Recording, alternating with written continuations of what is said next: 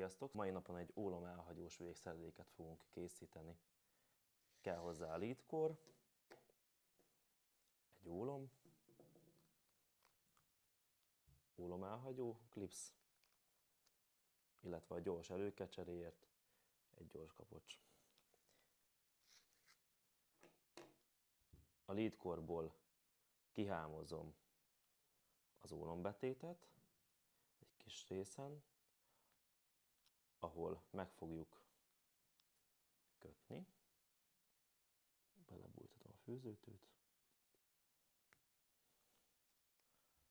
felrakom a gyors kapcsot, így, és söndörgető mozdulatokkal áthúzom a fület, ráhúzom, levágom a végét, és itt biztonságból elégetem, hogy még véletlenül se csúszson ki. Levágok belőle egy körülbelül 80 centis darabot.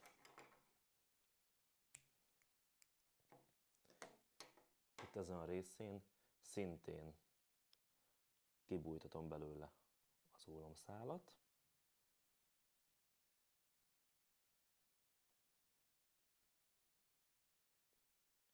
Egy jókora darabom.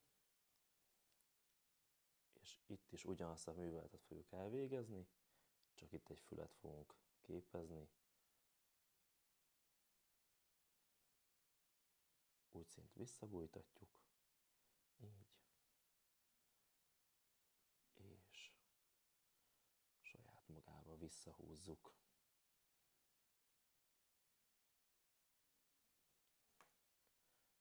Beállítjuk a fület, és itt is szintén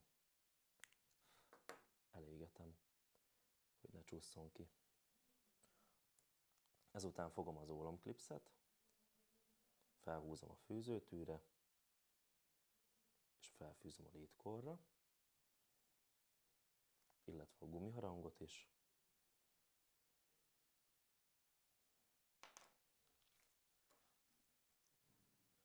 Belehúzom a forgót, nem teszem bele a stiftet, hogy félfixereléket kapjak, és ezután felakasztom az ólmot,